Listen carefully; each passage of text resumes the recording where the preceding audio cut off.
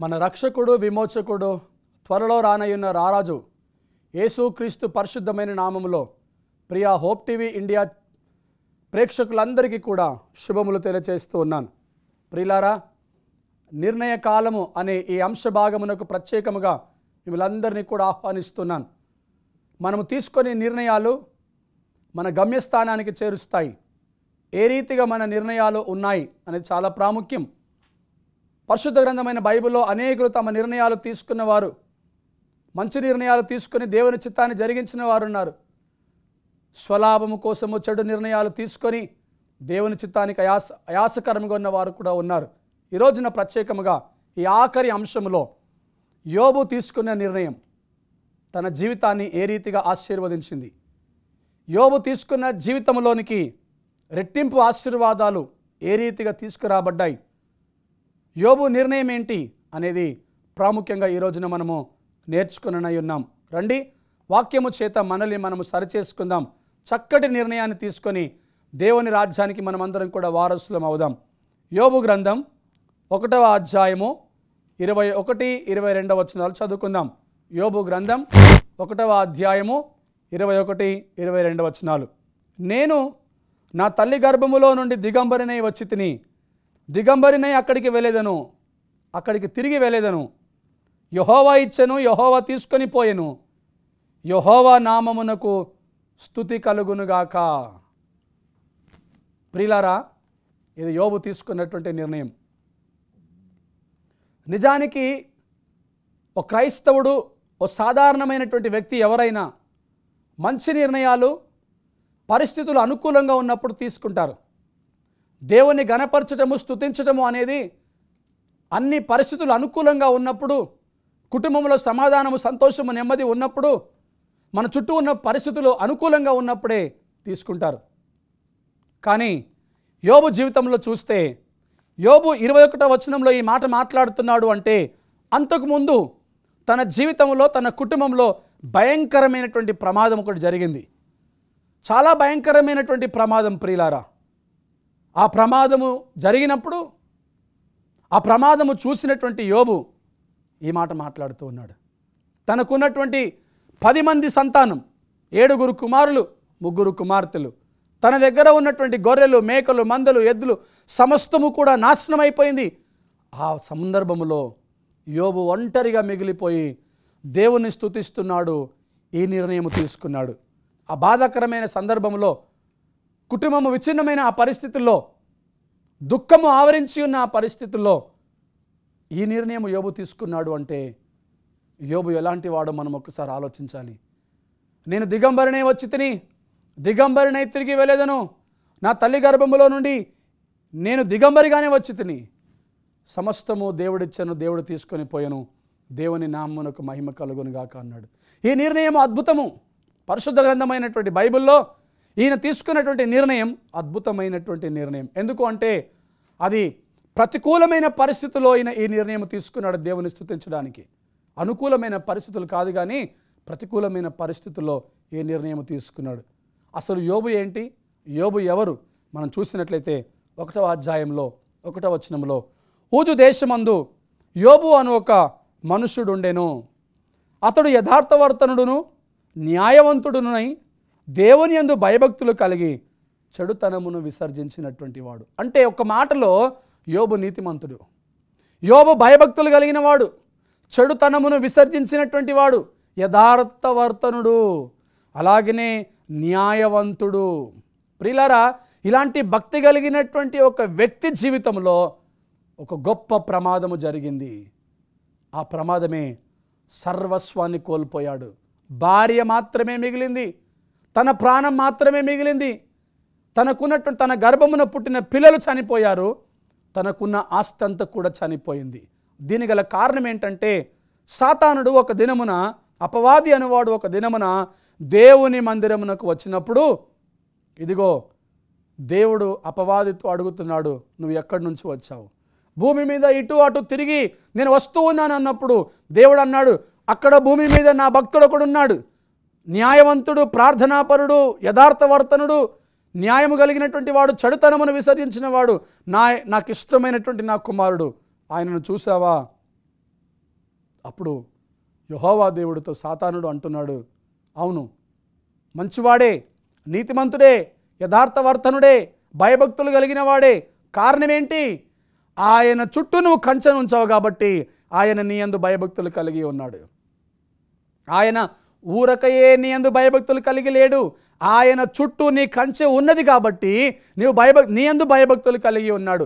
ఒకవేళ నీవు ఆ కంచెను తీసివేసినట్లయితే చూడుము, ఆయన నిన్ను తప్పక దూషిస్తాడు అని సాతానుడు దేవుడితోనే మాట్లాడుతున్నాడు ప్రియులారా. అప్పుడు జరిగినటువంటి వాస్తవం ఏంటంటే, మనం చూసినట్లయితే 12వ వచనంలో, యెహోవా ఇదిగో అతనికి కలిగిన సమస్తము నీ వశమున ఉన్నది, అతనికి ఏమాత్రము ఏ హానియు చేయకూడదు అని అపవాదికి సెలవీయగా వాడు యెహోవా సన్నిధిలో నుండి బయలు వెళ్ళెను.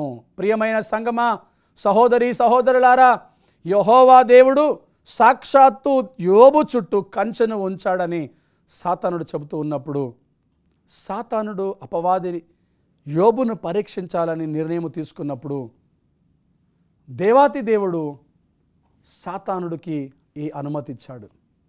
నువ్వు పరీక్షించు నా కుమారుని, నువ్వు నా కుమారుని పరీక్షించినట్లయితే ఎప్పటికీ కూడా ఎన్నటికీ కూడా నా కుమారుడు నన్ను దూషించడు, నన్ను ద్వేషించడు, నా నామము ఎరగను అని అనడు, నా సాక్షిగానే ఉంటాడు, నన్ను ఘనపరుస్తాడు, నన్ను మహిమపరుస్తాడు. కానీ ఒక్క విషయం గుర్తుపెట్టుకో, సమస్తము నీ వశములో ఉన్నది, కానీ ఆయన ప్రాణమునకు ఏమాత్రము ఏ హానియు నువ్వు చేయకూడదు అని చెప్పినప్పుడు యెహోవా సన్నిధిలో నుండి వెళ్ళిపోయిన సాతానుడు ఏం చేశాడో తెలిసిన, ఒక దినమున యోబు కుమారులను కుమార్తెలను తన అన్న ఇంట భోజనము చేయుట ద్రాక్షరసము పానము చేయుచునుండగా ఒక దూత అతని యొద్దకు వచ్చి, ఎద్దులు నాగలి దున్నుచు గాడిదలు వాటి సమీపమున మేయిచుండగా షెబాయీయులు వాటి మీద పడి వాటిని పట్టుకొని పోయి ఖడ్గముతో పనివారిని హతము చేసిరి. జరిగినది నీకు తెలియటకు నేను ఒక్కడిని తప్పించుకొని వచ్చి ఉన్నాను. అతడు ఇంకా మాట్లాడుచుండగా మరి ఎక్కడు వచ్చి, దేవుని అగ్ని ఆకాశం నుండి పడి గొర్రెలను పనివారిని రగులబెట్టి కాల్చివేసెను, దానిని నీకు తెలియచేయ నేనొక్కడినే తప్పించుకొని వచ్చి ఉన్నాను. అతడు ఇంకొను మాట్లాడుచుండగా మరి ఎక్కడు వచ్చి, అయ్యా, కల్దీయులు 3 సమూహములుగా వచ్చి ఒంటెల మీద పడి వాటిని కొనిపోయి ఖడ్గము చేత పనివారిని చంపించిరి, దానిని తెలియచేయుటకు నేను ఒక్కడిని తప్పించుకొని వచ్చి ఉన్నాను. అతను మాట్లాడుచుండగా మరి ఎక్కడు వచ్చి, నీ కుమారులను నీ కుమార్తెలను తమ అన్న ఇంట భోజనము చేయుచు ద్రాక్షరసము పానము చేయుచుండగా గొప్ప సుడిగాలి అరణ్య మార్గమున వచ్చి ఆ ఇంట 4 మూలలు కొట్టగా అది యవనుల మీద పడినందున వారు చనిపోయిరి. ప్రియులారా, ఒకరి తర్వాత ఒకరు, ఒకరి తర్వాత ఒకరు, ఒకరి తర్వాత ఒకరు, అయ్యా నీ ఒంటలు చనిపోయాయి, అయ్యా నీ ఎద్దులు చనిపోయాయి, అయ్యా నీ కుమారులు చనిపోయారు, నీ కుమార్తెలు చనిపోయారు, మేము మాత్రమే తప్పించుకొని వచ్చామని ఒకరి మీద ఒకరు, ఒకరి మీద ఒకరు, ఒకరు మాట్లాడుతుండగా ఇంకొకరు, ఒకరు మాట్లాడుతుండగా ఇంకొకరు, రెప్పపాటున తన కుటుంబంలో ప్రమాదము వాటిల్లింది, రెప్పపాటున తన కుటుంబంలో ప్రమాదము జరిగి ఉన్నది. ఒకరి తర్వాత ఒకరు వచ్చి ప్రమాదము మీద ప్రమాదమును మరి యోబుకు వివరిస్తున్నప్పుడు తన గుండెలు పగిలిపోయినటువంటి సంఘటన. ఆస్తి పోవడం ఎకెత్తు, కుటుంబము విచ్ఛిన్నమవ్వడం ఒకెత్తు, తన గర్భమున పుట్టిన కుమార్తెలు చనిపోవడము ఇంకొక ఎత్తు. ప్రియులారా, అయ్యా నీ కుమారులు నీ కుమార్తెలు ద్రాక్షరసము పానము చేయించుండగా విందు చేయించుండగా ఇదిగో సుడిగాలి వచ్చేసింది, చనిపోయారు అని చెప్పినప్పుడు అది ఎంత భయంకరమైనటువంటి పరిస్థితి. ఆ మాటలు విన్నప్పుడు ఏ తండ్రి భరించగలడు, ఏ తల్లి భరించగలదు, ఏ కుటుంబము భరించగలదు? ఆ సంఘటనను విన్నప్పుడు భయంకరమైన సంఘటన యోబు దగ్గరికి తీసుకుని వచ్చినప్పుడు, ప్రియులారా 20వ వచనంలో ఆ మాట విన్నటువంటి యోబు ఆ మాటను తట్టుకోలేక పైకి లేచి, యోబు లేచి తన పై వస్త్రమును చింపుకొని తల వెంట్రుకలు గొరిగించుకొని నేల మీద సాష్టాంగపడి నమస్కారము చేసి ఇట్లా నేను, అదే ఈ నిర్ణయం, ఈరోజు ఈ ఆఖరి నిర్ణయం ఈ అంశ భాగంలో. నా ప్రియ సహోదరి సహోదరులారా, దేవుని పక్షముగా నేను మీకు సెలవిస్తూ ఉన్నాను, ఇదిగో ఈ భయంకరమైన పరిస్థితుల్లో ఏ సేవకుడైనా ఏ విశ్వాసి అయినా ఇలాంటి నిర్ణయం తీసుకోగలరా?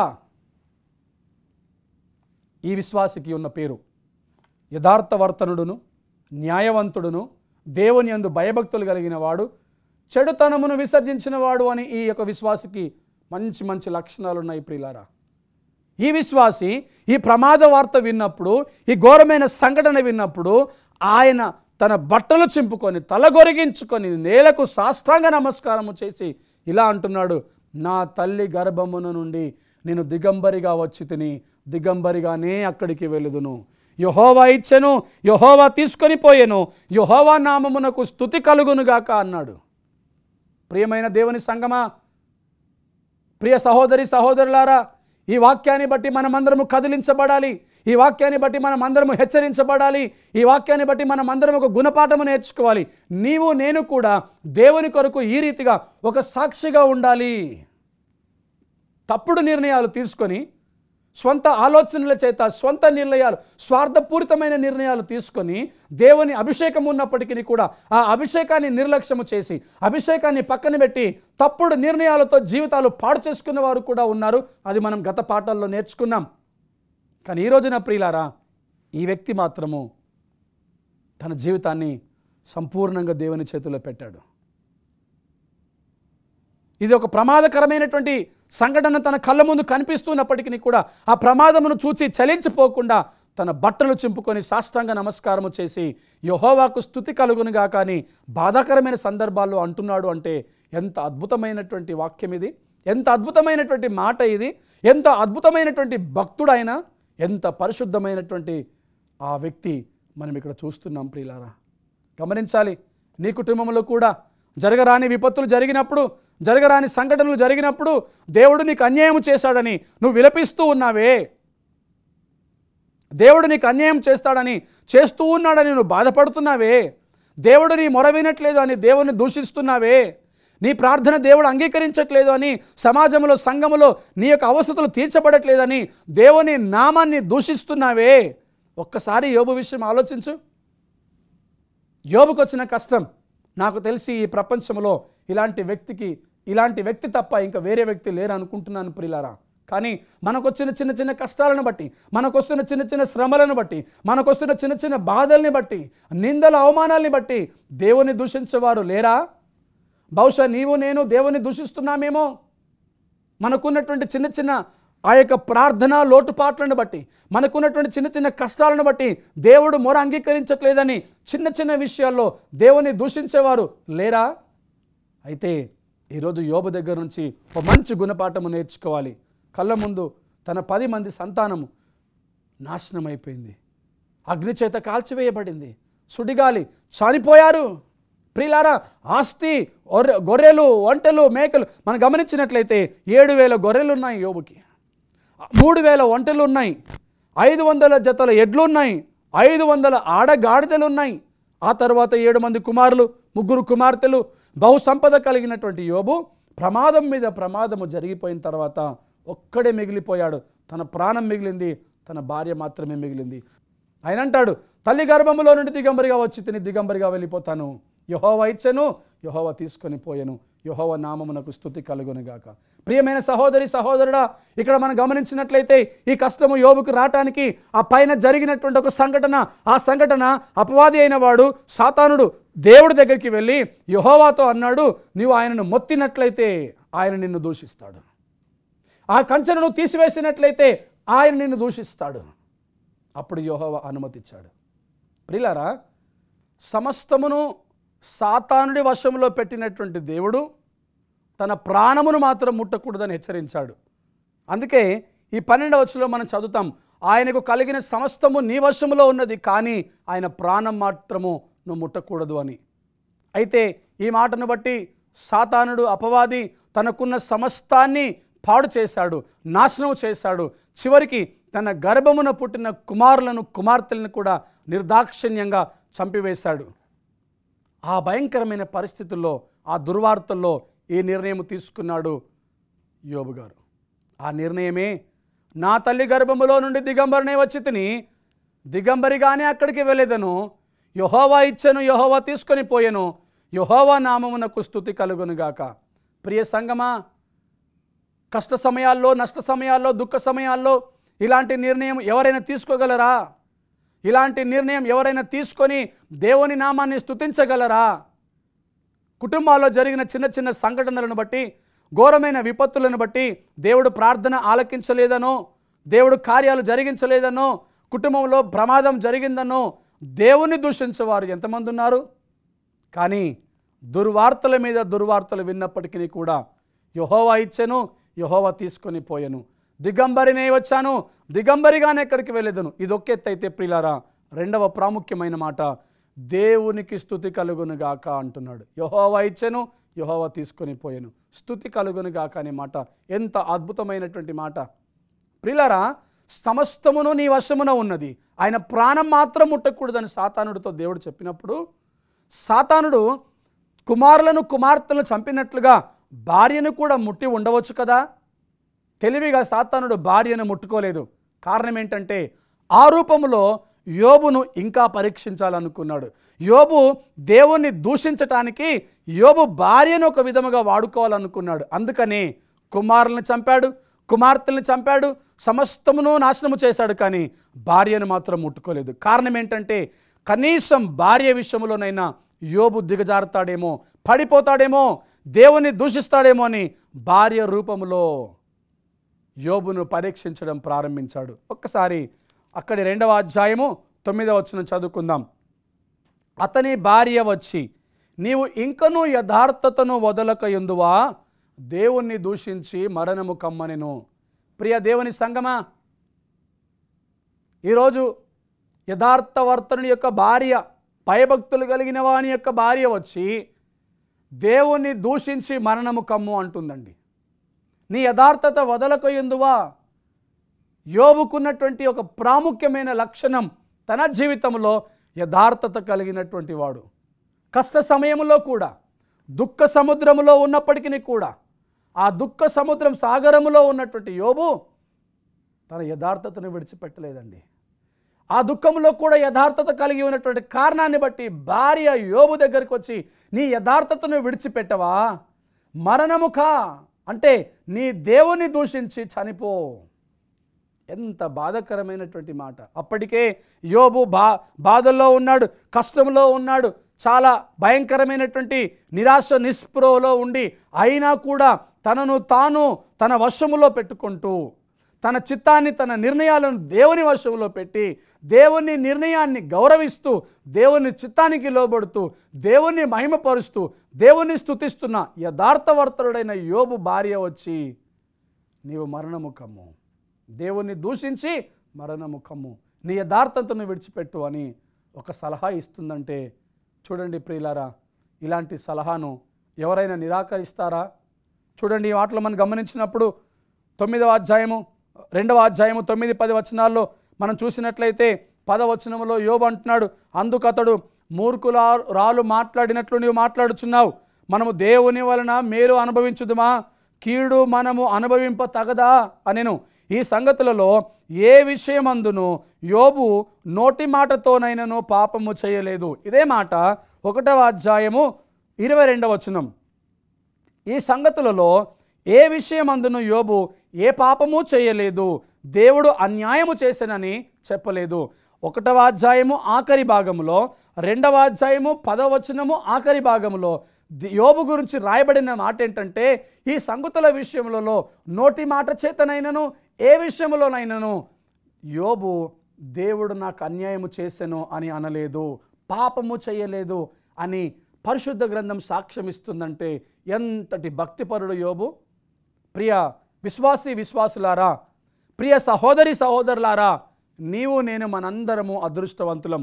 కారణం ఏంటంటే ఇంత అద్భుతమైనటువంటి వాక్యాన్ని దేవుడు మనకి ఈ రోజున అనుగ్రహిస్తున్నాడు. ఈ వాక్య భాగము ద్వారా ఆయన మనతో మాట్లాడుతున్నాడు, మనల్ని హెచ్చరిస్తున్నాడు, ఆయన మనల్ని కదిలిస్తూ ఉన్నాడు. యోబు వలె నీవు నేను జీవించాలని కోరుకుంటున్నాడు. యోబు వలె నీవు నేను నిర్ణయం తీసుకోవాలని కోరుకుంటున్నాడు. పరలోక రాజ్యంలో యెహోవా సన్నిధిలోనికి వచ్చిన సాతానుడు అక్కడ దేవుడితో మాట్లాడినటువంటి మాట నిరూపించడానికి, నా కుమారుడు నన్ను దూషించడు, నా కుమారుడు నా కొరకు నిలబడతాడు, నా కుమారుడు రోషము కలిగి నా కొరకు నిలబడతాడు, అపవాది యొక్క గుమ్మముల యొద్ద నిలబడి అపవాదితో వాదిస్తాడు అన్నటువంటి మాటను నెరవేర్చడానికి యోబు బలమైన సాధనముగా దేవుని చేతిలో వాడబడ్డాడు. ప్రియ సంగమా, నా ప్రియ సహోదరి సహోదరులారా, ఈ వాక్యం వింటున్న మనమందరము కూడా ఒక మంచి అద్భుతమైనటువంటి మాటను మనము నేర్చుకుంటున్నాం. 1వ అధ్యాయం ఆఖరి వచనములో, 2వ అధ్యాయం 10వ వచనములో ఆఖరి భాగంలో నోటి మాట చేతనైనను యోబు పాపము చేయలేదు. యెహోవా అన్యాయం చేశానని చెప్పలేదు. ఈరోజు నీవు అయ్యా దేవుడు నాకు అన్యాయం చేశాడని అంటున్నావే. యోబుకి ఇంతటి కష్టం వచ్చింది, ఇంతటి శ్రమలు వచ్చాయి, ఇంతటి నాశనం వచ్చింది, అయినను యోబు అన్యాయం చేయలేదు. ఇంకో మాట గుర్తు చేసుకుందాం. యోబు ఎంతో భక్తిపరుడని, యథార్థవర్తనుడు అని, న్యాయవంతుడు అని, భయభక్తులు కలిగిన వాడని, చెడుతనమును విసర్జించిన వాడని బైబిల్లో మనం చదువుతున్నాం కదా. ఇలాంటి భక్తుడికి ఇలాంటి కష్టాలు రావటం సమంజసమా? ఎన్నో పాపాలు చేస్తూ ఉన్నాం. నోటి మాట ద్వారా, చూపుల్లో, ఆలోచనల్లో, పాపముల్లో, నడవడికల్లో, ప్రవర్తనలో పాపములు చేస్తున్న మన జీవితాల్లో చిన్న చిన్న కష్టాలు వచ్చినప్పుడు దేవుణ్ణి దూషిస్తున్నామే, దేవుడు అన్యాయం చేశాడని చెప్తున్నామే. మరి ఇంత మంచి భక్తిపరుడికి, ఇంత మంచి విశ్వాసం కలిగిన వాడికి, యథార్థవర్తనుడికి ఇలాంటి కష్టం రావటము సమంజసమా? అయితే ప్రియులారా, ఆ పరీక్షలో గెలవటానికి సాతానుడు పెట్టిన ఆ పరీక్షను దేవుడు అనుమతించాడు.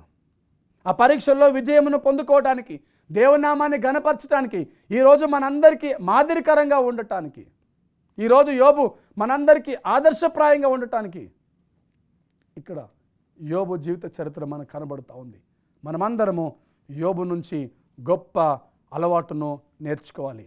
కష్టాల్లోనూ, సమస్యల్లోనూ, బాధల్లోనూ, నిందల్లోనూ, అవమానాల్లోనూ, ఇబ్బందుల్లోనూ మనము దేవుని నామాన్ని ఘనపరచినట్లుగా, దేవుణ్ణి స్తుతించినట్లుగా, దేవుని కొరకు ఓ బలమైన బాణముగా వాడబడినట్లుగా ప్రియులారా యోబు దగ్గర నుంచి ఒక గుణపాఠాన్ని నేర్చుకోవాలి. అవును, భార్య వచ్చి నీ యథార్థతను విడిచిపెట్టు అని సలహా ఇస్తుంది. భార్య వచ్చి నువ్వు మరణము కమ్ము అని సలహా ఇస్తుంది.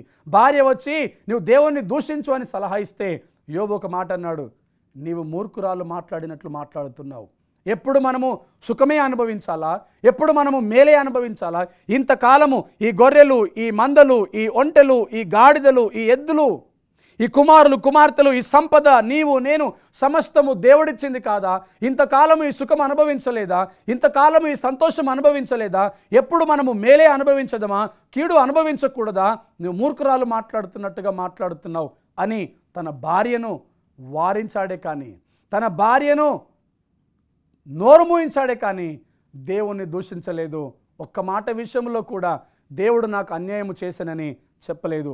ప్రియ సంగమా, నా ప్రియ సహోదరి సహోదరులారా, ఈ వాక్యం వింటున్న వారులారా, చిన్న చిన్న విషయాలకు దేవుని దూషిస్తున్న నీవు నేను, చిన్న చిన్న విషయాల్లో దేవుని నిందిస్తున్న నీవు నేను, చిన్న చిన్న విషయాల్లో దేవుడు నాకు అన్యాయం చేశాను, నా మొర వినట్లేదు అని అంటున్న నీవు నేను, యోబు దగ్గర నుంచి ఒక గొప్ప గుణపాఠాన్ని నేర్చుకోవాలి. ఓ బలమైన నిర్ణయం తీసుకోవాలి. ఆ నిర్ణయం దేవుని స్తుతించినట్లు ఉండాలి. ఆ నిర్ణయం దేవుని యొక్క చిత్తాన్ని జరిగించినట్లు ఉండాలి. ఆ నిర్ణయం నిన్ను నన్ను పరలోక రాజ్యానికి చేర్చేదిగా ఉండాలి. ఆ కృప మనందరికీ దేవుడు ఈ అంశభాగంలో ఇచ్చినట్లుగా ప్రార్థన చేసుకుందాం.